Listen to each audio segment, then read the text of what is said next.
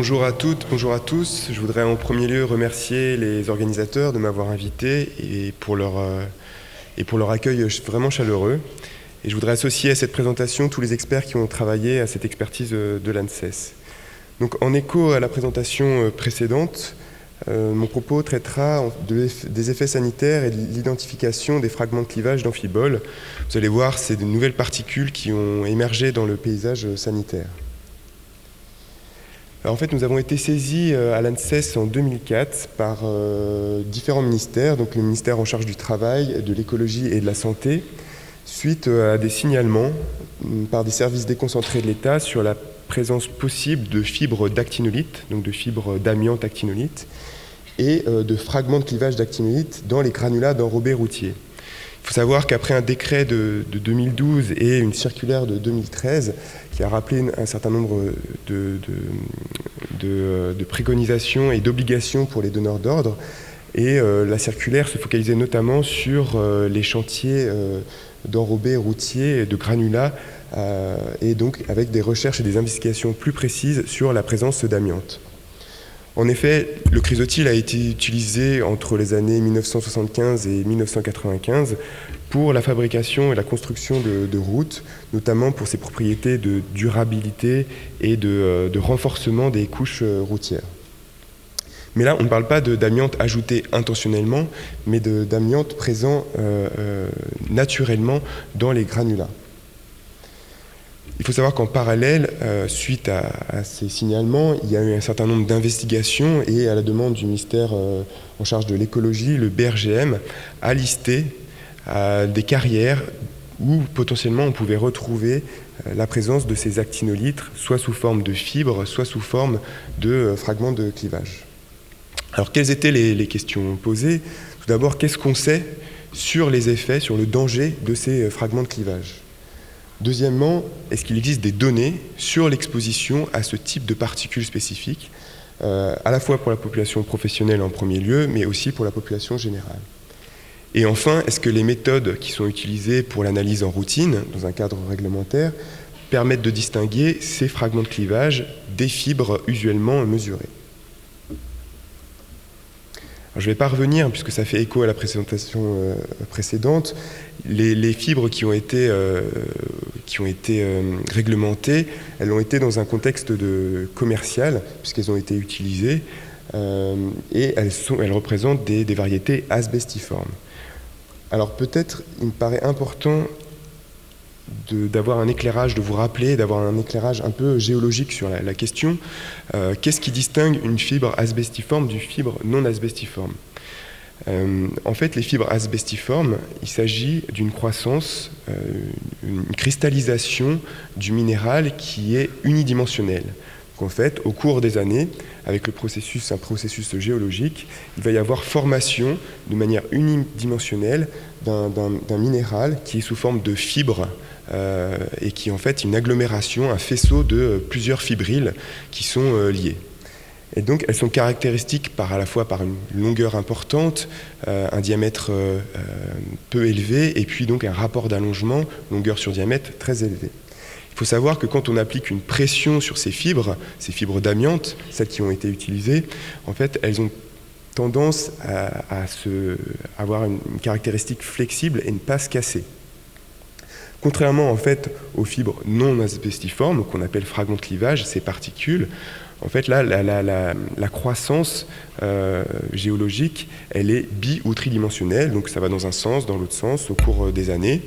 Et lorsqu'on applique une pression sur ce type de particules, là il peut y avoir un clivage. Donc c'est pour ça qu'on les appelle les fragments de clivage. Donc finalement, elles sont caractérisées par une composition qui peut être équivalente. Et d'ailleurs, dans un filon au niveau naturel, il peut y avoir des formes asbestiformes et des formes non asbestiformes, sauf que le mode de croissance est différent, puisque certaines produisent des fibres, des fibrilles longues, assez résistantes, qui sont flexibles, et d'autres, avec différents plans, peuvent conduire, lorsqu'il y a une action anthropique ou naturelle, à se cliver et à former des fragments de clivage.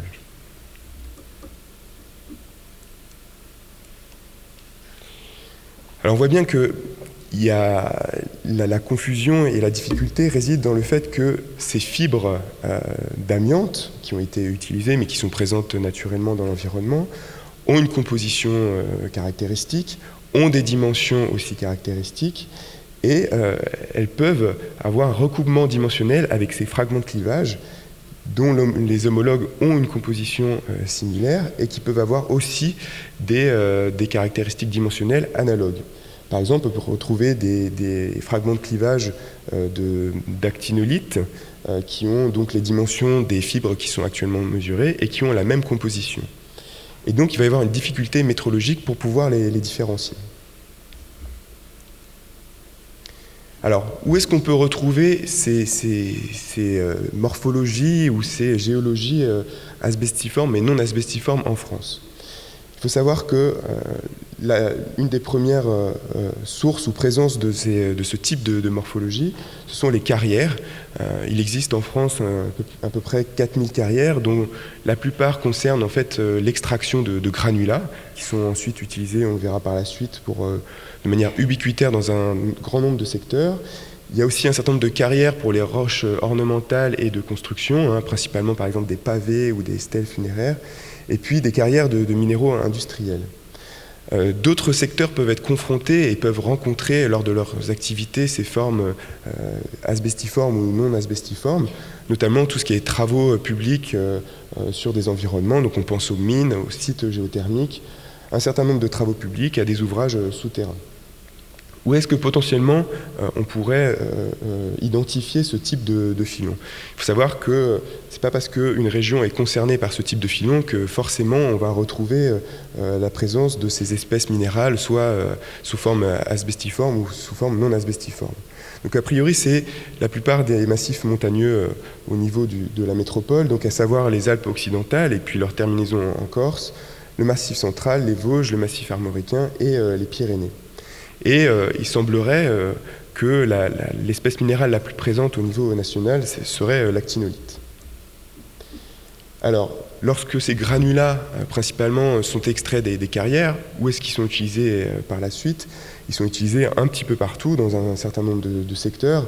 Alors, ici, on va parler de BTP. Ils peuvent être utilisés pour la formulation de béton, pour la construction du bâti, mais aussi pour les travaux publics. C'était l'origine de l'expertise, donc pour les chantiers routiers. Et d'après la Fédération nationale des travaux publics, il y a à peu près 600 000 chantiers qui sont réalisés annuellement en France avec des périodes très courtes, ce qui pose un certain nombre de questions sur le repérage ou qui peuvent être réalisés dans des contextes d'urgence. Je pense notamment à des fuites de gaz ou d'autres choses. Donc ça pose un certain nombre de questions sur la gestion. Il faut savoir qu'il y a une finalité aussi, puisque plus de 210 millions de tonnes finissent sous forme de déchets et pour la plupart, liées à une demande réglementaire, sont recyclés.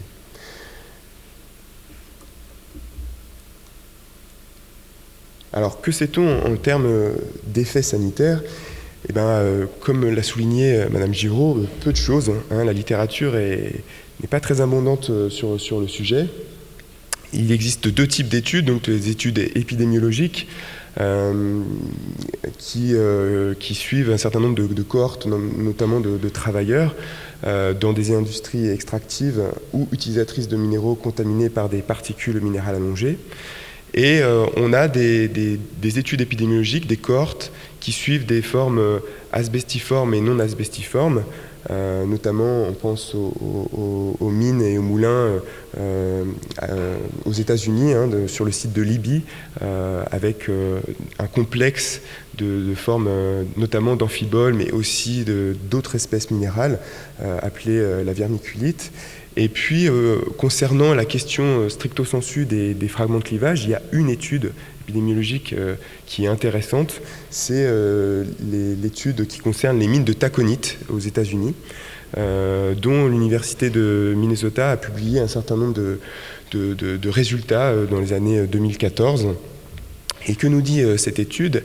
Elle nous dit en fait que sur les sites de cette mine, les travailleurs sont exposés principalement à des complexes de fibres principalement sous forme non asbestiforme, d'espèces de particules assez courtes, et elles mettent en avant une association entre une exposition cumulée à ce complexe de particules et l'incidence, la mortalité de mésothéliome. Néanmoins, on ne peut pas écarter que ces travailleurs, malgré le fait que les auteurs ont pris en compte ce biais de confusion, aient été exposés dans leur historique professionnel à de l'amiante commercial. Est-ce que l'apparition, le développement de ce mésothéliome est lié à une exposition à l'amiante commercial ou à une exposition prolongée à ce mélange, ce complexe de particules d'espèces non asbestiformes? Il est difficile de répondre. Il y a d'autres investigations, notamment métrologiques, qui sont en cours et qui aboutiront à des publications au cours de cette année 2017 ou 2018.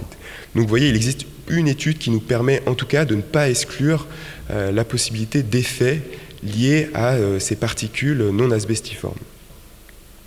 Par contre, il y a d'autres études qui ont mis en avant, notamment pour des formes asbestiformes, l'induction soit de cancer pulmonaire, soit de mésothéliome, soit d'autres pathologies au niveau respiratoire liées à la vinchite, la richtérite et la fluoroédénite, qui sont d'autres types d'amphiboles.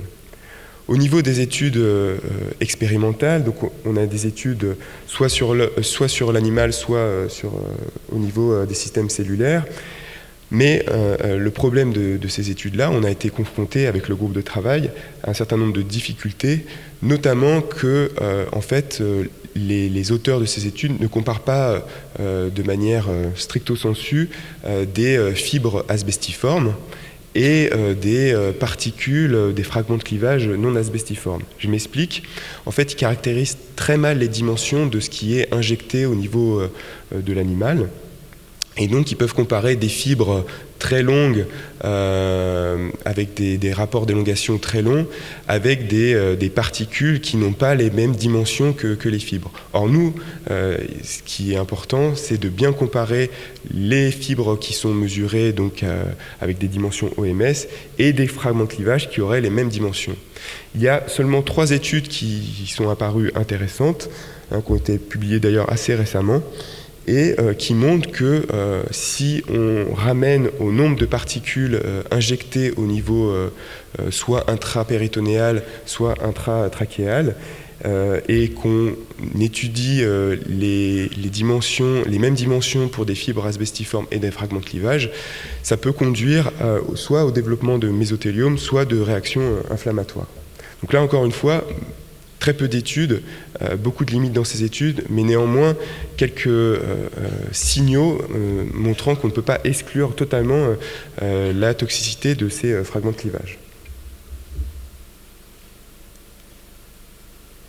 Alors quelles ont été les conclusions? C'est qu'à ce stade, les études épidémiologiques ne permettent pas d'exclure un risque pour la santé lié à l'exposition aux fragments de clivage, notamment pour les variétés non asbestiformes des amphiboles réglementaires, qu'aujourd'hui, il y a un certain nombre d'amphiboles qui ne sont pas pris en compte dans la réglementation et pour lesquels les études montrent clairement un lien, une association entre exposition à ce type d'espèces minérales et le développement soit de mésothéliome, soit de cancer du poumon.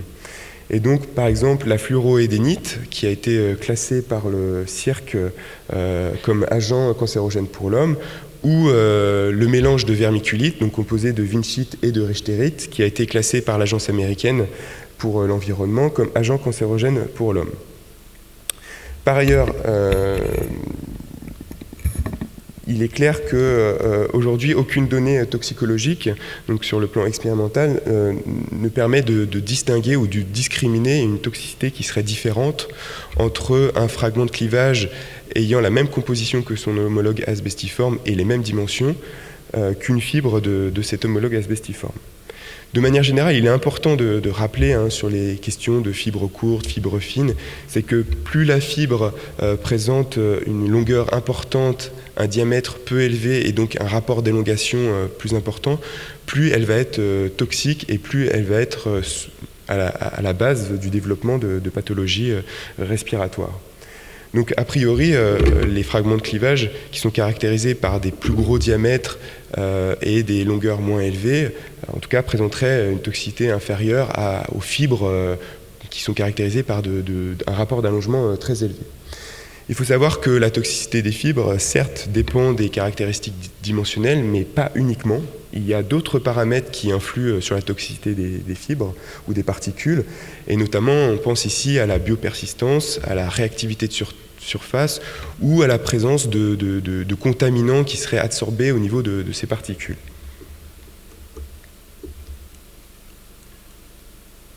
Alors, concernant l'exposition, qui était une seconde question, là, il y a très peu, voire pas de données qui concernent l'exposition spécifique à ces fragments de clivage.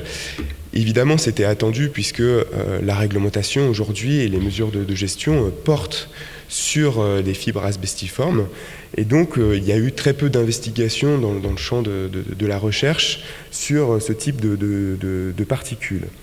On sait que, notamment dans des environnements naturels, il peut y avoir une exposition à des mélanges complexes, donc de différentes espèces minérales, mais aussi de différentes formes, soit morphologie asbestiforme ou non asbestiforme.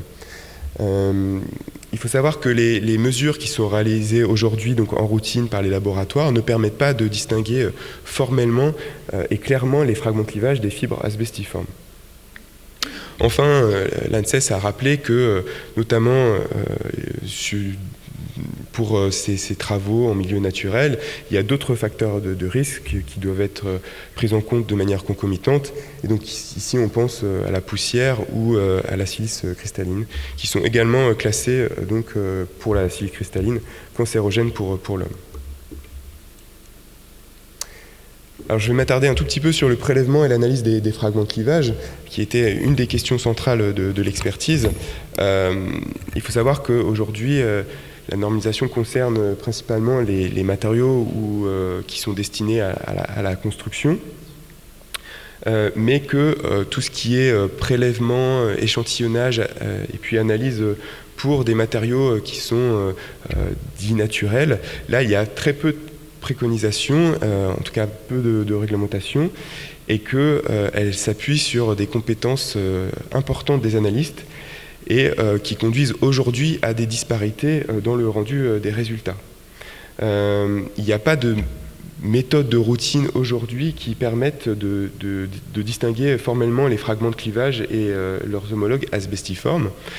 Et à ce titre, le EPI, le laboratoire d'études des particules inhalées, qui a changé récemment de nom, de la ville de Paris, avait conduit à un exercice d'intercomparaison où ils avaient demandé à plusieurs laboratoires, donc qualifiés, reconnus, de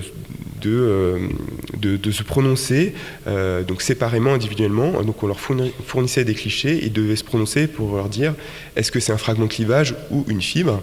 Et donc là, la photo illustre par exemple cette problématique.